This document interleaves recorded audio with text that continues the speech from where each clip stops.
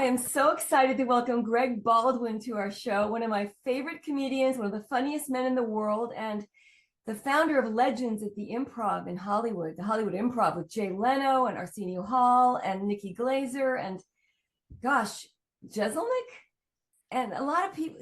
Margaret Cho I've seen there. Hmm. You are doing so well and you're having so much fun. And Oh, thank you. yeah, and I want to talk to you about Godshots, which means those amazing synchronicities in life. It's not religious. The word Godshot means uncanny synchronicity. That's what I define it as. So let's get started on how are you and what's new in your life, and tell me how you began in comedy. Uh, I'm doing great. It's so good to see you. I am such a big fan of you as a human being. You're an incredible human being. You're always kind. You're always nice to me. You always make me feel very special. You share my posts. You comment on my posts. You're just the greatest, and I'm very very happy to talk to you. And Godshots is the perfect subject for me because I'm very clear. Maybe I'm very connected. Or I don't know how you put it, but I can see the synchronicities a lot. So this is a very very good subject for me, and I've had a lot of really burning bush experiences, and so I'm Wow. doing good. Yeah, my career's okay. You know how the entertainment career goes. You always think we're not doing enough, Yeah. and I need more, and this and that. But if you told me, if I zoom out, I look at the big picture. Like over the weekend, I was like, my career's over. It's never gonna work out. Well, on Monday, I just had a show with Jay Leno, Arsenio Hall, and Tiffany Haddish. But Oh, my mind is telling me over the weekend, like, I'm failing. It's not gonna work out. I'm a bad comedian. This isn't gonna work. All that stuff.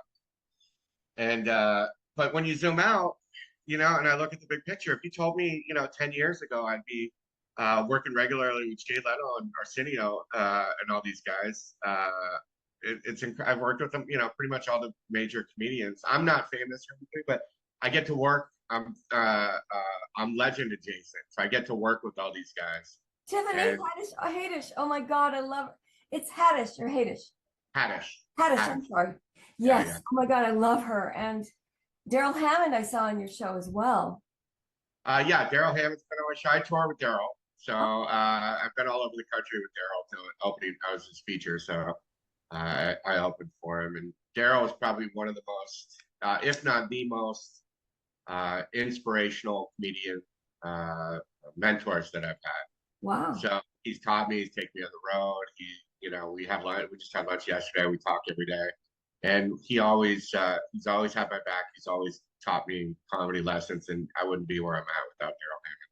Daryl Tell, Hammond, by the way, he was on SNL for 14 seasons. He played Bill Clinton, Sean Connery in Celebrity Jeopardy, and he had like I forget how many sketches, but one of the most sketches in SNL history. And now he's also the current announcer for SNL. he's a legend, Daryl He's Hammond. a legend. He is a legend. Oh. John Lovitz and I are very close friends. We actually dated years ago when he was on SNL. I lived with Oh wow. I lived with him for about half a year, and Lauren Michaels used to call me and go, "Get John out of bed. Is he up? Is he up?" And I would be like, you know, I'd be coming to visit early in the morning and go, "John, get up. You got." And so I want to get Lovitz to come on your show as well. He's going to be with Dice Clay in Hmm. Staten Island, I think, coming up in Wow. spring. I've tried. I've asked him. He won't do it. He won't. For some reason, he doesn't want to do the LA clubs. Oh, because that's LA is scary for comics. By the way, I've done stand up and it's the most scary thing in the world. So I Yeah. commend you for just getting up at all. And Yeah. I'm about to launch my comedy career, but it's like, oh my God, why is Yeah. comedy so scary? Because the live audience is sitting there and they can throw tomatoes at you, right? It's just, you're going up there. There's nowhere to hide. There's no one to rely on. There's no one to talk to. It's just you and the audience. Sometimes it doesn't go well. Yeah. So I learned a valuable lesson. I was at the comedy store doing a show, and Louis C.K. dropped in, and I watched it. Someone said I was in the one room. He went on in the other room. Somebody said, "Hey, Louis C.K.'s in the other room." So I go over there. I did my set. I go over there. I watched Louis C.K. and I watched him absolutely murder the original room and just killed it at the Comedy Store. And then he came over to the main room and I watched him do a set, and he totally tanked. And it was the same material, the same delivery, the same everything. But there's factors that, you know, can turn an audience who went before. Is the show good or bad? You know, there's, you know, different audiences have different personalities. But the thing, like when I was newer and I wasn't very good and I'd bomb and not do well, you know, I'd have anxiety for weeks after it and think, why am I doing this? Now I just did a show in Palm Springs last weekend, and like there's like 30 people and they sat them middle to back. So there was like the first 5 to 7 rows were open. Oh, There's nobody there. So I mean, it was horrible, and I wasn't doing good at all. And I didn't care.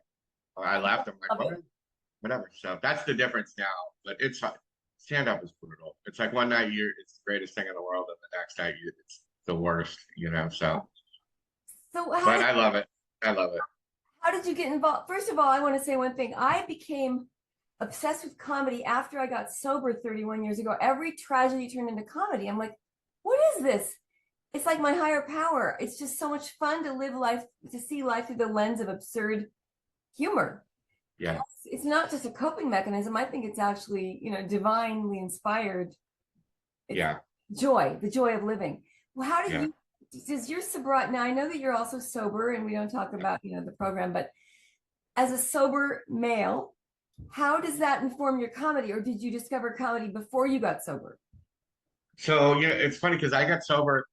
When I got sober, my dream wasn't to be a comedian. I was an actor. I was a theater actor in San Francisco for a while, as my hobby. I worked in radio. It's my career. And my dream was to be an actor. So I moved to LA. I got sober in LA. I've been on Valentine's Day is 19 years sober. So I I came down here to follow acting, and I was like I was doing plastic grounding, GCB, taking all these classes, and doing short films and stuff like that. And then I used to go by myself to the Comedy Store, and I'd just sit in the back by myself, and I'd watch comedians, and I just loved it. And my like influences when I was growing up were like Eddie Murphy, like Raw, Delirious, and we used to quote them, and the ice cream. Yeah, there's just a joke about ice cream. I loved it. It was just amazing, and but it never crossed my mind to do stand up. Never even crossed my mind. But I was sober for a number of years, and I was at a recovery meeting, and my friend introduced me to this guy. He was doing the program. He was like 30 days sober or whatever. And he said to me, he goes, "Hey, we give him a ride home after the meeting." And I thought to myself, like, why don't you give him a ride home, dude? Why are you asking me? And but I said yes, because I try to say yes to life, to all service opportunities. So I gave him a ride home. And he had no car and he had no money, so I started picking him up. I started taking him to meetings, and I asked him, like, "Do you have groceries?" He's like, "No." So I'm like, all right, I'm gonna take you grocery shopping.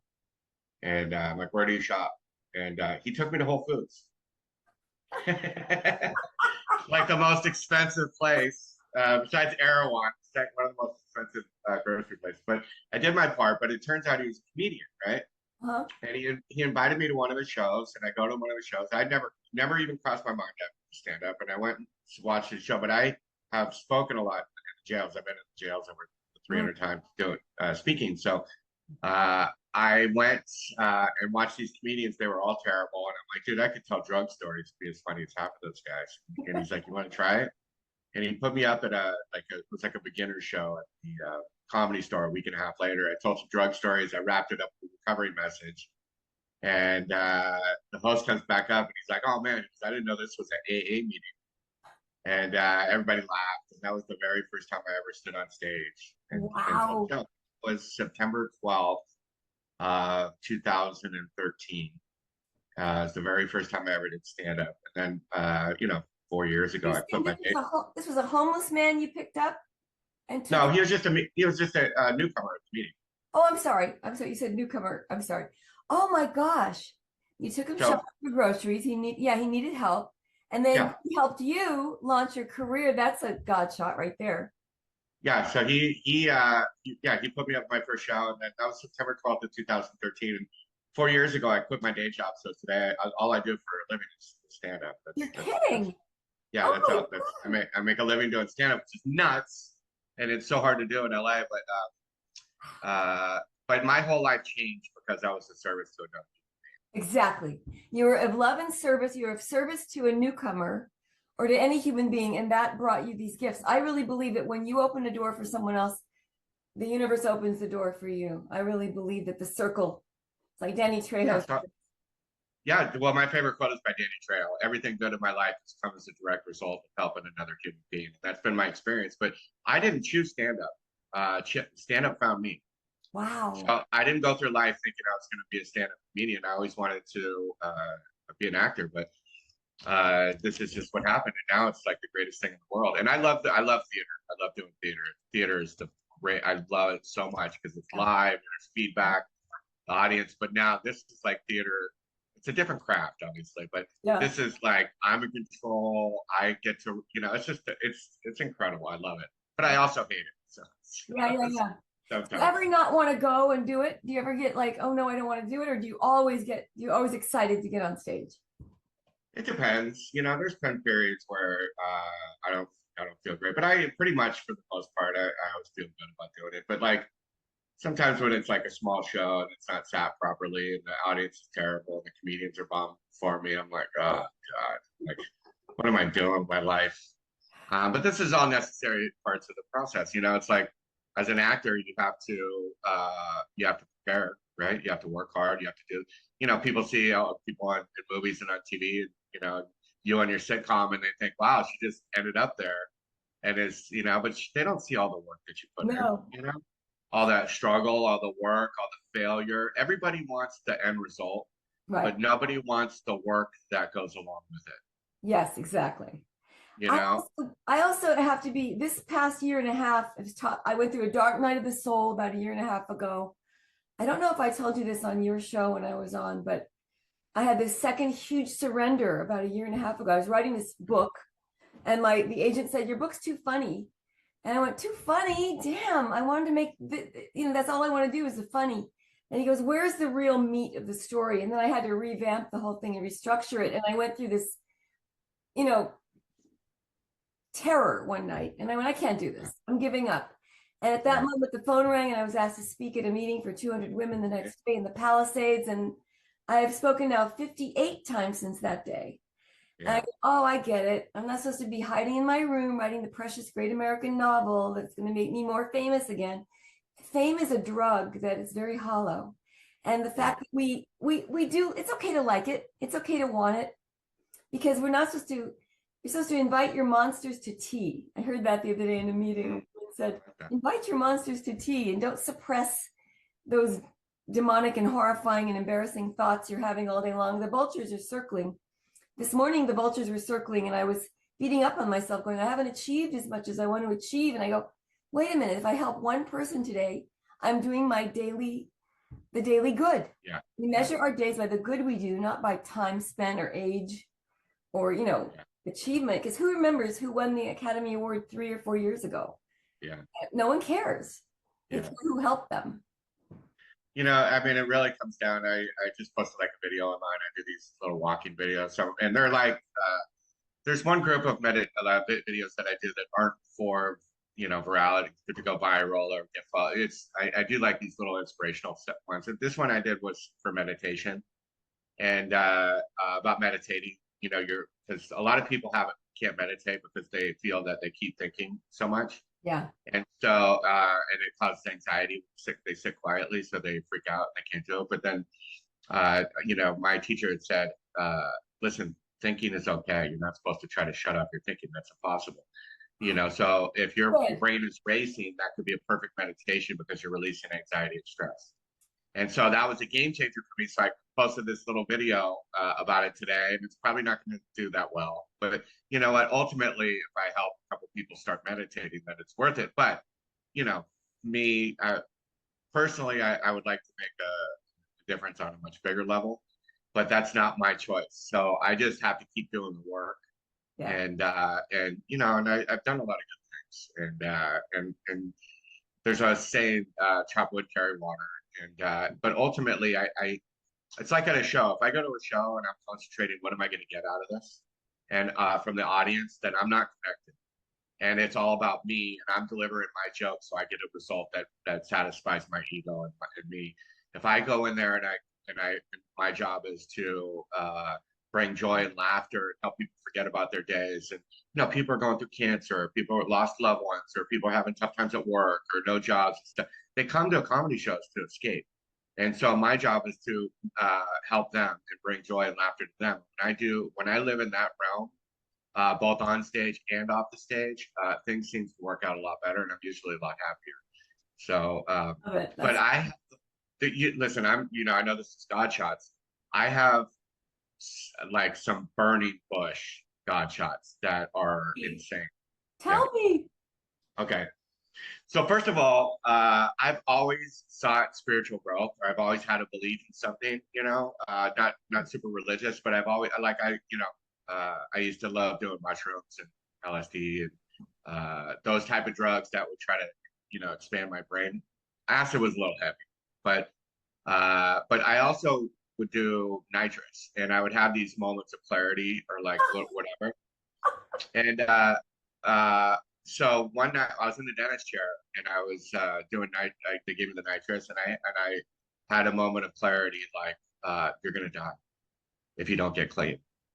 There was a voice that came to me that was not from my own making. It wasn't like me sitting there and a voice came. It was like an awakening. That's what I would call it. But of course, it was false and induced with nitrous. But it said you're gonna die if you get clean. And that like woke me up. And that began the process. But there was another thing that happened. So I used to record promos. So my Godshot started happening before I got clean and sober.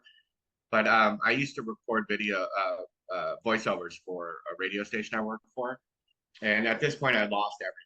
Right, I was back at my parents' house in my early 30s, lost everything, no money, just lost everything, and I was getting in my car. I had worked at this radio station for like a year, and I was using crystal meth, and I woke up. I wasn't using that day, but I woke up like that night. I had a moment of clarity, and the clarity was, oh my God, I cannot get clean because I can't get pleasure. You can't get like, what? Pleasure without nothing satisfies me without putting drugs. Like if I don't have drugs in my body or alcohol in my body, like I can't, I'm completely just dead. Like I can't function. I can't have nothing. The only thing that, I was completely relying upon drugs. And that was this thought. I'm like, wow, that's it. And then I woke up in the morning. I'm like, that's it. Like nothing. That's why I keep using, because nothing gives me pleasure. Right. And nothing, satisfies whatever. So I get in my car, I turn on the radio. I hadn't worked there for like a year. One of the stations I used to work for, my voice came on the radio on a promo that I had recorded. Yeah. And voiceover, and it said, I said, wouldn't it be great if K Fox played a bunch of songs that started with the letter S, and the Rolling Stones, I can't get no satisfaction. And that was like an awakening for me, like, oh my God, I need to get help. And that started the process. And I have a bunch. So that was one. There's been so many. I can't get no satisfaction is exactly what you were thinking. Isn't that weird? That's not. There's this, there's so many little signs that if I'm spiritually fit, I'm doing my recovery stuff, I pray, meditate, and if I stay out of self and ego and envy, all lust and pride, and I'm consciously I see them more, and I make better choices. I can see, there's been so many that if I put them all on paper, I wish I would have kept track from the beginning, those moments of like, oh my God, how did that happen? This is impossible. If I would have put them all on paper, it's statistically impossible for there not to be something that's working. I put them on paper. They're mind-boggling, and they're in my book, which is finally going to be ready soon. But yeah, I put them on paper because they were so supernatural. And Yeah. I'm thinking they're actually natural when you're in the flow of life the way we're supposed to be, when we're not worrying and we're surrendered and we believe in this beautiful universal spirit Yeah. that that guides everything in harmony, love, and beauty. Yeah. It's not easy to stay up there in that realm of not worrying, but it really is real. It's visceral, tangible, and it's physically apparent in evidence in my life. And there's no doubt about it whatsoever. There's one. This was a big one for me. Before I got clean, I started seeing I don't know, I think they call it numerology or whatever, but not these numbers. I kept seeing 420, right? Before I got off meth. And I would see 420. I'd look at the clock. I'd see 420. I just would always keep seeing 420, right? So I'm like, oh, this must be a sign. Listen, I wasn't healthy either because I was on meth, but I was like, this must be a sign that God wants me to just smoke pot because then 420 said universal, get off meth and just smoke pot. That's what I kept thinking. But things happened. But I kept seeing these 420s, right? So it was standing out like big time to me. And then I ended up going to rehab. I got clean. I spent a couple months in rehab and I got out and I was, there was this one day I was having a bad day. I was auditioning to get in the groundling school and it was raining. I missed the audition. Like all these things happened. Like this girl agreed to meet with me. Like we were going to go on a date. I met her at a bus stop. She was really cute. But then like I was sitting at the bus stop and a car drove by, the water hit the water went all over me. And then it was raining. This girl walks up, really cute girl, and she's like looking at the seats. And it was always, so I wiped the seat off for her. And we ended up, I tell her, I just got out of rehab for meth. And she's like, oh, I use meth sometimes. And I'm like, will you get me some? And I was going to use. And she's like, no, I can't do that. But she goes, I'll meet with you after I get off work. Come meet me. And then she ended up flaking on me. And then, long story short, I called my ex-girlfriend that introduced me to meth. And I was going to probably use, and she kept hanging up on me. I had like $10 for the quarters, and she kept, it was their payphones back then. And she kept hanging up. And I said, one more time, she doesn't answer. I'm going downtown. I'm going to score some meth. And she answered. The last time I made the deal, I'm like, this is it. I'm going to get high. And I was so clean like a couple months. And she agreed to meet with me. So I bussed over to where she was at, where she lived. I waited for her for like 2 or 3 hours. She never showed up. I got on the bus it was the last bus of the night, so I had to get it. So I get on the bus, I'm going home. I look up and there was a digital clock with a date, and the date was 420. Oh God. And I'm like, oh my God, like I didn't use. That was the last time I almost relapsed. And the date was 420. So then The date was 420, the actual date, not just the time. it was April 20th, and it said Wow. 420. And that was the last time I relapsed. And then it gets better. And then I kept seeing, I always see 420s whatever times. And then it turns out my, Ant, he's a comedian. He was on the last Comic I Standard. love Ant. He became my comedy mentor when I started doing comedy. And his sobriety date was 420. That's it. And then my friend, I was working in these rehabs. I was helping people get into rehab. And my friend that I've known since kindergarten, he needed to get into rehab. So I found one for him, and I needed to get his insurance information. And his birthday was 420. Oh, I love it. I love it. I love it. And when I was in sober living, like a year or two sober. And me and my friend were gonna move out. And he goes, I found a place in Beverly Hills. Come meet me, and we'll go check it out. See if we like it. And I go, okay, what's the address? And it was 420 North Palm Drive. And we moved in. My address was 420, right? I love it. And then, so I just moved a couple months ago.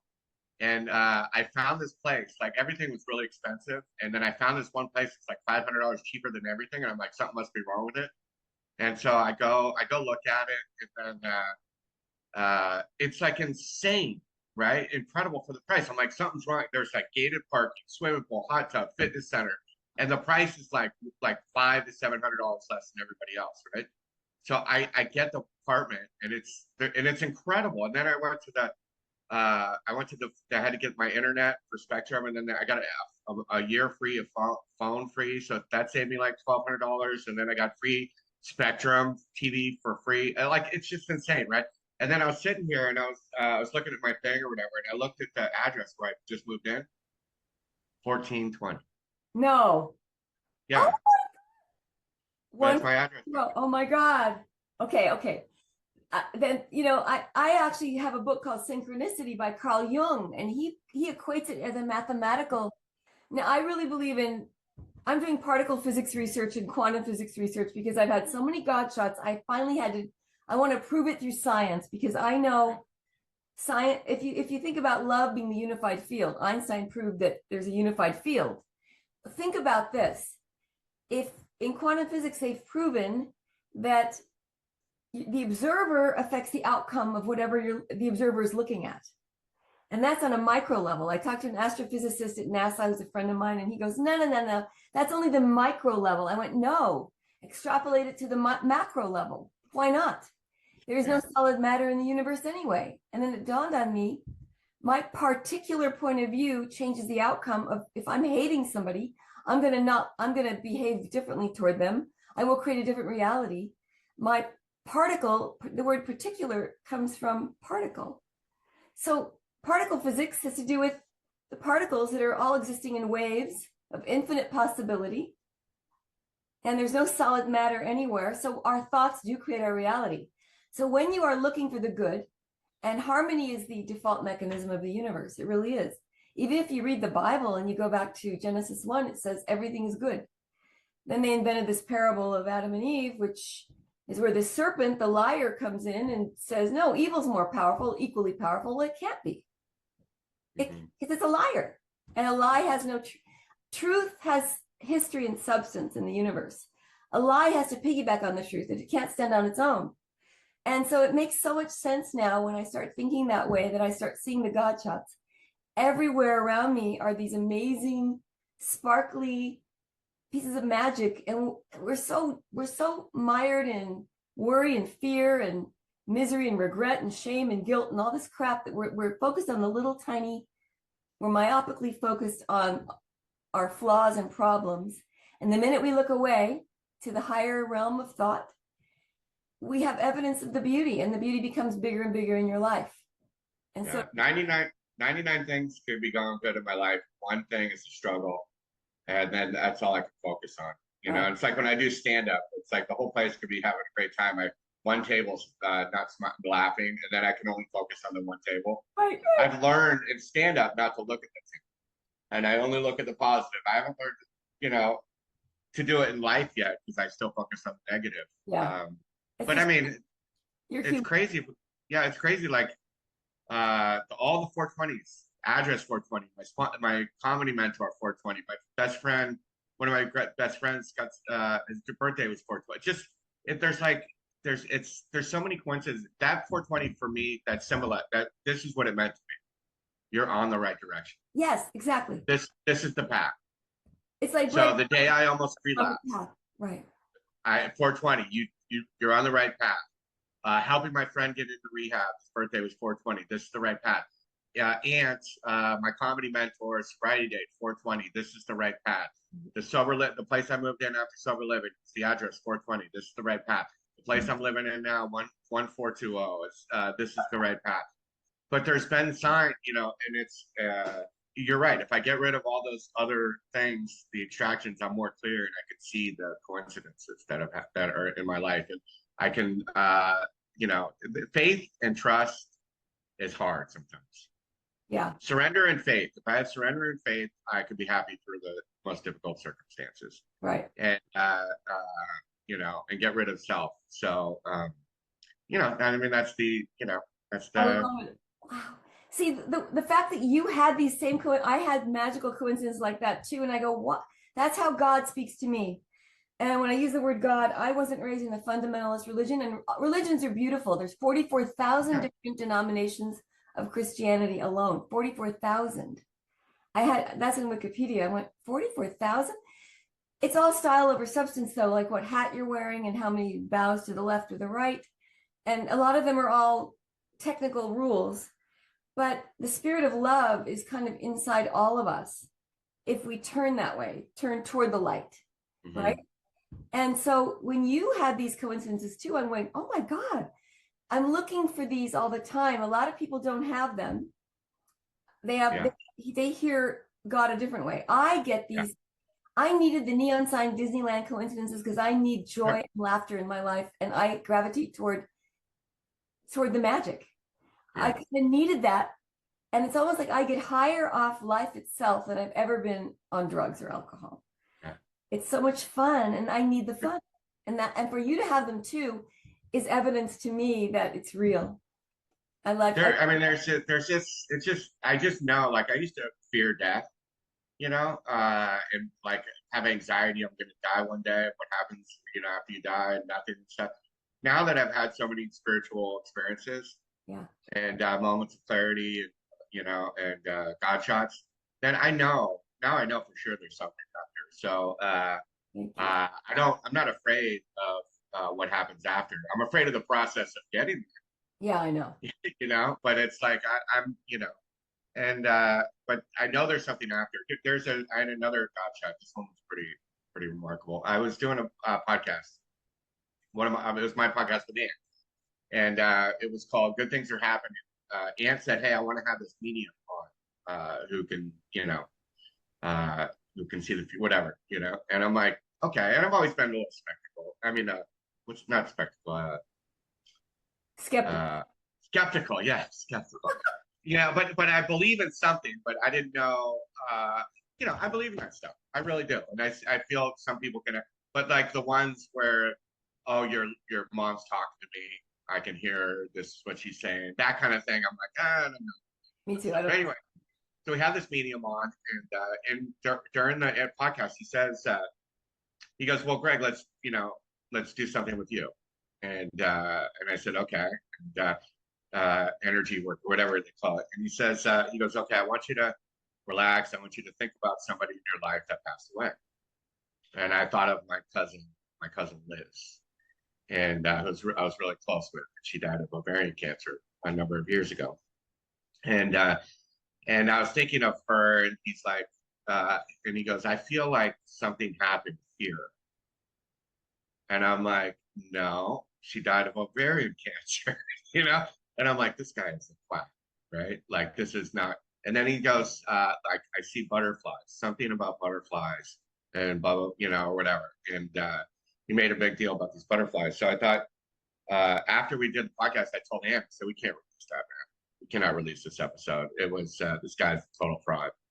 And then the next day, so I go fishing in Alaska, and I bring this fish back in these styrofoam containers and coolers, and I threw the containers in the garbage in a gated thing, right? And so I pull in the next day. I pull in to get into my driveway, and the gate opens up, but it's like the garbage is like all the way around the corner. But I pull in and I see I'd thrown the cooler out, styrofoam cooler. I go in to get in my car, and the lid is near my driveway. So I'm like, oh, that's my lid. How did it get here? So I get out of my car to go throw the lid out, and I had written my name on it, for the travel. And on my name, standing on my name, is a butterfly. Yeah. On my name, on a lid that somehow got a half a block out down the alley, and I get out, and there's a butterfly standing on my name. I saw that. Yeah, I saw that as the sign of my cousin Liz, but that's what I saw. But I don't know. But I was like, whoa, that is crazy. There must be a reason butterflies are such a big thing for after death experiences, and I didn't even know that until I had my butterfly experience, which is pretty bizarre, by the way. But I want to go back to that synchronicity thing. In the beginning of sobriety, I started having these coincidences all the time. And I was writing a screenplay about Martha's Vineyard. I don't know where it came. I went, oh, Martha's Vineyard. And I want to involve a couple adopting a little baby girl from China. It came out of thin air, this idea. And I went, I need a Martha's Vineyard information book. And so back in the 90s, the card catalog at the library, I was going to go there, and I went outside to get my mail, and there was a Martha's Vineyard information book delivered to me. I have it. I went to every neighbor and said, did you get one of these too? Oh, I'm the only one that got it. And then a week later, I'm begging the universe to let me quit acting because I don't love the auditioning process and I don't like the way they write parts for women. And at 35 years old, I went into a casting director's office to read for a part, and he went, "Wow, you look pretty good for an old lady." I was 35. I wasn't allowed to age at my So young. In the 80s, sex symbols weren't allowed to age. So I went, I want to give up acting and be a writer. I write comedy. I have all this humor writing and stuff. And then I forgot the question. I said, can I just give up acting and just be a writer and do my own comedy and stuff? And then a little while later, I went downstairs and I just picked randomly several books off the bookshelf, took them upstairs, put them by the desk. I opened the first one, Pride and Prejudice, Lydia. My name is in the book. I picked up a Kurt Vonnegut book. I think it was Cat's Cradle, Lydia. I picked up Candide, Lydia. Every book had my name in it. I went, oh, that's how God speaks to me through this weird, fun coincidence. Yeah. I just, it's, there's just something. There's just, I don't know what it is. You know, it could be that I always think like maybe we're in the Matrix and like somebody's up, somewhere else on a little program sending little messages to us in the Matrix, and this is like a simulation or whatever. But I don't know. There's just something. I ultimately think, this is what my just personal beliefs. I ultimately think we're put on here to grow and to evolve and to become more advanced as a whatever we are, a person or whatever, as we go through this life. And we learn these lessons. So that, we learn these lessons through struggle. My struggle was drug addiction and surviving drug addiction. I was 118 pounds, missing teeth, living out of my car. I lost everything, and I was dying. And then now all of a sudden I got the second chance in life. And my whole outlook on life before was the more money I had, the power I had, the more pleasure I had. That was the purpose of life. That's what I thought the life was about.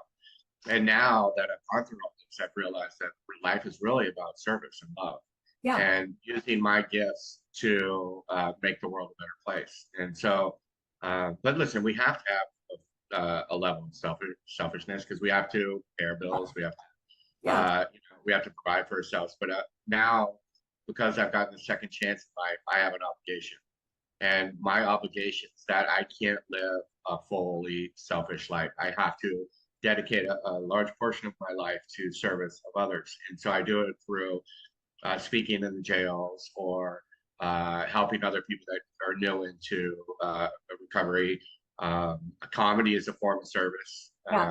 It's, because I make people laugh and forget about their days. I've had podcasts that one was called Good Things Are Happening, my most recent one, and that you were on, and then I had one called Second Chances.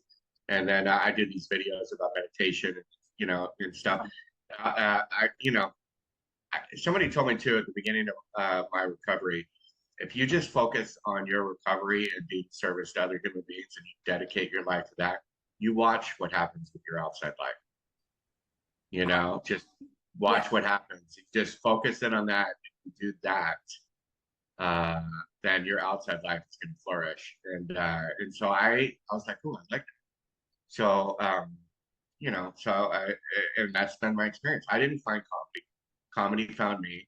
And it's like, whenever like something happens that I'm in between jobs or whatever, money's an issue, and then all of a sudden, boom, something pops up, and you're like, hello, like, and I've always been taken care of. There's always been some outside, God or whatever it is. There's always been something that's guiding me, and I've always been taken care of. Me too. And I think this is what I think. This is my personal opinion. Some of us recover from addiction and live, and we thrive, and we have these wonderful lives. Some of us die. And I don't know what the answer is, but I think for me personally, I think the reason that I survived and I've done well, and I'm pretty happy for the most part, I think it's because I've been able to keep this recovery. I think it's because I have the capacity to give back. Exactly. And I didn't even have that much compassion. I always tell that story about the woman in the whole wheatery. And I must have done this joke on your show, but it was like I was racing in 2015. I was taking care of my parents who had dementia out in Antelope Valley, and Chuck had this Disneyland dementia where he thought mom was Vanna White. He only knew that one name of all the women he knew, and he didn't know her name. And I was laughing and making comedy out of him, and he would talk to stuffed animals. And then mom had the kind that was kind of grumpy, and she would just not speak at all. And I was racing to pick up a jar of Veganese at the Whole Wheatery, and there was only one health food store out there. And I go, Siri, navigate me to the Whole Wheatery. And she took me to an adult bookstore. And I think she thought I said Whole Eatery. Sorry. That's a dirty, horrible. I finally get to this store, and it's Christmas Eve, and my son's coming over, and I need to Starting pick up route to the Whole Wheatery. Oh my God, it's giving me the Whole Wheater. So I run in the store, I grab the one jar of Veganese. I want this vegan mayonnaise. And I race to the line. There's a woman with 90 items who beats me to the line. And I'm fuming, and I'm kvetching and huffing and puffing really loudly right behind her back. And I kept going, and I was being really an asshole. And I even made a fake phone call. I swear to God, I did this. I made a fake phone call to the hospital going, Mom, I know you're in the emergency, but I'm in this long line. I can't get out of line. And then I realized the woman in front of me is shaking with Parkinson's in the back of her head. And I was so ashamed and mortified at my behavior. And I just started pouring waves of love out to her, waves of love and prayer to this poor woman. And at that very moment, she turned around and went, oh, honey, you only have one item. Go ahead of me. And it was like clockwork. Yeah. So whenever I catch my being an asshole because of this program, I learned to care about others, to at least catch myself. Yeah. I can do that much. Yeah. I always try, like, when I'm driving in my car. I mean, this is ridiculous, but it actually leads to more happiness. Like when I'm driving now, I always look for opportunities to let people in, instead of speed up and not let them in, and even bad drivers that are driving whatever, it's better to have that person in front of me than behind me. So I always just try to let people in and like give my courtesy wave, and even when I'm whatever, and I live a happier life when I live in that type, and that's just that's just symbolism for all of my life. Is just try to just try to let the person in front of you go. You are a good person. And I was Mel Brooks. We watched his documentary the other night, and he said, my purpose in life is to make people laugh. And I did that. And he goes, everyone needs a little sweetness in them, a little levity, a little humor, a little love. Just think of all the suffering souls who just need a little bit of love, or someone to say we like you, or you're funny, or I really think we're here to share our gifts, whether that's baking, building, reading to mind, doing comedy, writing, producing, doing art, and taking care of kids. Yeah. Just being a nice person, for heaven's sakes. And that's what you are doing, Greg. And you are making people laugh, and you're bringing a whole thank you. To the Improv every week is really cool. Thank you. I'm super grateful, and I'm just trying to I just want to be happier, and because I'm really hard on myself. Anything less than Richard Pryor, and I'm a dismal failure, and I'll never be as good as Richard Pryor, so I'll always be failing. Me too. So I'm like super, super hard on myself. I always gotta, I always gotta be, it's okay to fail. Yeah. And I've been failing consistently for, since I've been doing comedy, and I constantly fail, but that's the hard part. It's just being compassionate with myself and giving myself love, and not beating myself up. So like we talked about, it's the one thing that to be struggling with that didn't go well or go in my direction. That's all I can focus on, so I'm trying to have more surrender and look at the good things in life, It's like that Kelsey Grammer episode where in Frasier, where he's got a radio show and there's one caller who doesn't think he's good, doesn't like him. So he goes to that guy's little newsstand, and he says, why don't you like me? And he ends up burning the place down accidentally. It's like, we're so focused on that one. It's because of our ego, and ego is not my amigo. Yeah. Ego death, ego surrender, or whatever. That's the I remember too, because like in recovery, they always say ego, you gotta smash your ego or whatever, ego, I don't know, whatever they say. But I always thought, well, how do you do that? You know, and they say surrender. I'm like, well, how do you surrender? Like you just, what do you just give up? And then, you know, I think there's techniques to help surrender. I think it's doing service work. I think it's prayer.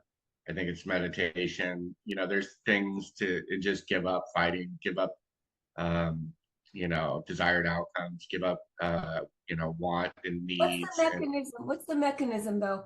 I was thinking today in the meeting I shared, I thought, well, it's because I went to meetings. I was willing at least to do that one little thing yeah, and yeah, willing to raise my hand and admit that I was powerless that first meeting. And that changed my whole life. From that moment on, it's like I had a lobotomy and my yeah, old brain, my new brain just said, I want to go to meetings every yeah, day. And I began to just listen. That's where the alchemy, love and service in those rooms, simply sharing each other's experience, strength, and hope is God right there. That's it. yeah, Being a good person, loving others, helping someone else when you don't feel like it. That alone yeah, is the mechanism of surrender. yeah, yeah, definitely, absolutely. It's life is a trip.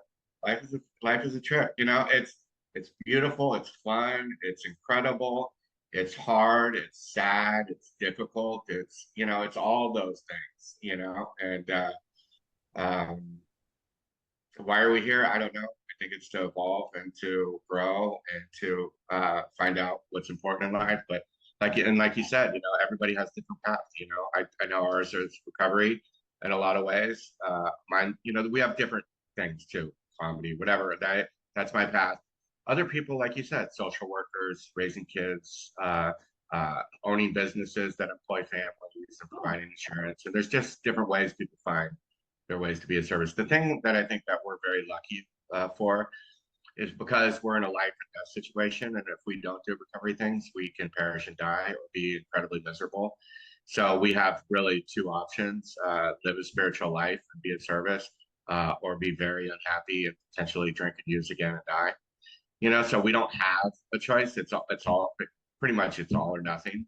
Yeah. So we're lucky that we have these tools of you know, service work, speaking in jails, and you know, meditation and stuff like that. They're like, you know, we have that spiritual kit, and I guess other people find their path too, you know, through cancer, through loss of loved ones or whatever. But You know, we have a very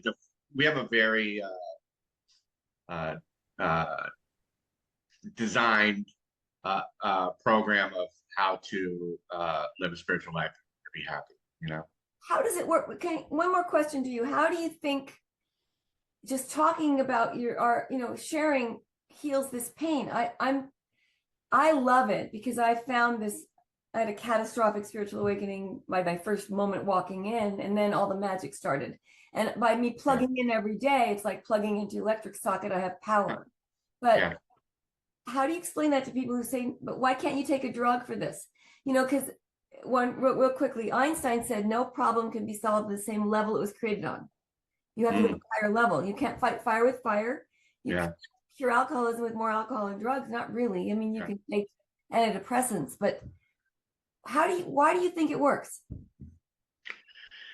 Well, so listen, you know, part of me would love to go do ayahuasca or DMT and those things to have like that false induced spiritual awakening. But I've abused my privilege to use false means to access spiritual, you know, spiritual growth. And so I can't use those anymore. I can't do ayahuasca or DMT. And so I have to use natural means, and it's a slower process. So prayer, meditation, service work, you know, these are slower processes to spiritual awakenings. That's a beautiful answer. I just think, what was the question again? Well, you answered me. What was the question? The Oh, sorry. It's okay. We had a little we were frozen there, but that was a beautiful answer. You said, I've lost my opportunity to use these medical means to reach spirituality. I've abused my privilege. And I said, why can't drugs work to solve our problems in life? Oh, yeah. Yes. Why can't drugs work? Like, yeah, I have to use natural means, you know, and to find a spiritual life, you know, and and it's worked. And then I have all these Godshots. The more that I am spiritually fit, the more I see the path that's laid out for me, the less bad decisions I make. Here's a very valuable tool that I've learned. Keep my mouth shut. Oh. Stop reacting. Because every time I react and get mad at somebody, and then I'm always wrong. And I never make things worse. So I've learned to keep my mouth shut and then evolve. And I'm like, how many times have we said, thank God I did not say anything? Like I would have caused so many problems. But, it's a work in progress. This life is a work in progress. And, but I can honestly tell you with 100% certainty, I am the very best version of myself that I have ever been today, sitting in this chair in this direct moment, talking with you. There's never been a better version of Greg Ball. I love hearing this. And I agree. I believe you. I actually think maybe today is my best version too. Of course. This morning, and now I do, because actually after the log cabin, I thought I'm going to bore them with my same old story. I have new material. And I thought that's my ego. And I just said, speak through me. And out came stuff that someone said, oh my God, if I hadn't heard you today, I don't know what I would have done. And it feels like, oh, that's all that mattered. Yeah. It's ultimately, it's making a difference one person at a time. That's the foundation. But, listen, I want to go viral. I want to get tons of views. I want to sell tons of tickets. I want to travel the world, and sell out all my shows. I want big things. That's just my needs and desires. But you know what? I'm okay with whatever happens. I have to let go of those desired outcomes. And you're good looking too. You're cute, and you have thank you. Unlimited future potential. It doesn't matter. Right now is all that matters. My butterfly story is it's about being rocketed to the present moment, which is the fourth dimension. And it was so profound. And every time I think of that story, real quick, I was reading the end of my marriage, and I lived in this big Tudor house in Beverly Hills that we'd shared, and we raised two little boys together, his son, my son. I got to raise his son, who had brittle bone disease, from the age of 4. I met him when he was 4 years old, and I taught him how to love himself and not to worry so much. And he got through all that, and he's like this amazing person today. So I had this great opportunity, even though my husband was not exactly, anyway, I don't want to disparage anyone, but he left to go on the KISS tour, and he brought his little boy with him, and I was going to lose them it was the end of our marriage. And I sat on the front lawn grieving, and I looked up and I saw a fig tree. I said, I didn't know we had a fig tree. It never had any fruit on it in the 10 years we lived here. I was so unconscious in the marriage because I was always worried about Pokemon parties and little boys things and teasing this guy that wasn't really very faithful. And at that moment, I just said, I surrender. And I sat there on the lawn crying. And a butterfly came over, a big swallowtail, tiger striped swallowtail, circled my head, and then another one. And I remembered a story by Wayne Dyer about butterflies. He said, if you have control, if you understand how much power you have in the harmony of this universe, butterflies will land on your finger. And I began to I was startled by the external plastic surgery. A butterfly is like plastic surgery. It goes through a cocoon of ugliness, and it morphs into this beautiful creature with calligraphy and artwork on its wings. And I was so startled by this external beautiful thing that the universe was showing me. And it wasn't coming from inside. It was an external beauty. I needed that because I couldn't pull myself out of this depression I was in over the end of my marriage and the loss of my little family. And I started chasing butterflies. And that weekend I was invited to do a charity event in Del Mar for autistic children. And the gift was a trip to the San Diego Zoo. And David Mirish invited me, and he gave me a ticket to the zoo. And after I did the charity event, I also had a beautiful hotel in Del Mar for free on the beach. I went to the zoo, and I woke up. I was a catharsis about the end of my marriage. I was crying and everything. And then I saw these orangutans making love, and all these parents going, don't look to their kids. And a gorilla stuck her tongue out at me, and I was laughing so hard. We get over to the peacocks. A peacock opened his feathers for me. And I'm like, oh, this is the most beautiful thing I've ever seen. Now, if I could just see a monarch butterfly. And I'd never seen a monarch in person up close. And this toddler and I were giggling about the peacock. and all the parents are walking around jaded, looking at their phones. And I drove home from San Diego that day, glowing with love for the universe again, all the Godshots. And I've been sober by this time many years. And I come up to my front door, and there's a monarch butterfly sitting on a white rose at the front door. Wow. And that's when it dawned on me, the universe is interactive. It wants to play with us and give us our dreams, but we're never present enough to appreciate this beauty. And if only I'd asked for $1 million, imagine what I would have had that day. Yeah.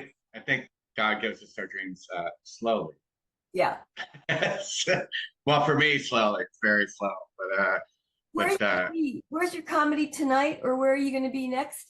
So yeah, I just had a show Monday with Jay Leno, Arsenio Hall, Tiffany Haddish. I have a show next Wednesday with Jay Leno and Tiffany Haddish so far. So I'm still booking that one. So yeah, it's really cool. Arsenio, I work a lot with Arsenio Hall, who's like the coolest guy in the world, and it's just really cool. You know, I sit in the green room with Arsenio and Leno, and they just tell stories about the old days of comedy, and it's just so cool. And you know, these two guys, they make sure that I'm always included in the conversation, and they treat me as an equal as a peer. And listen, I'm not equally nowhere near their level as a human being. Yes, as a entertainer, no. You know, these guys are legends, and you know, Arsenio changed the face of late night TV. Jay Leno is one of the most iconic. He was one of the greatest stand-up comedians when he was, even before he got the Tonight Show, 22 decades. And I get to sit there and listen to the stories of these guys, and it's just so cool. And then I was doing a show with SNL, the SNL alums, and I was with David Spade and Dana Carvey and Kevin Nealon, and working with them. And it's just like, you know, listen, I'm like a kid inside going, you know, this is the coolest thing in the world. And it's incredible. But, you know, it all happened because I gave somebody a red home. Exactly. You see, that's how it comes full circle. Dana Carvey's one of my favorite. We used to hang out with him with John, and I love Arsenio. We did a lot of Hollywood Squares together. I've got a funny picture, a little clip. But anyway, you are a legend yourself, and you're really doing more for people than sometimes some of the others. So don't ever disparage. Yeah. Be nice to myself. Give us your website and where we can reach you, and I'm going to put it up online too. So. Okay. I'm at my Instagram and TikTok are at Real Greg Baldwin. That's the best place to find me, my social media. So yeah, follow me there. You can always send me a message. You know, I respond to everybody, and yeah, that's the best way to find me.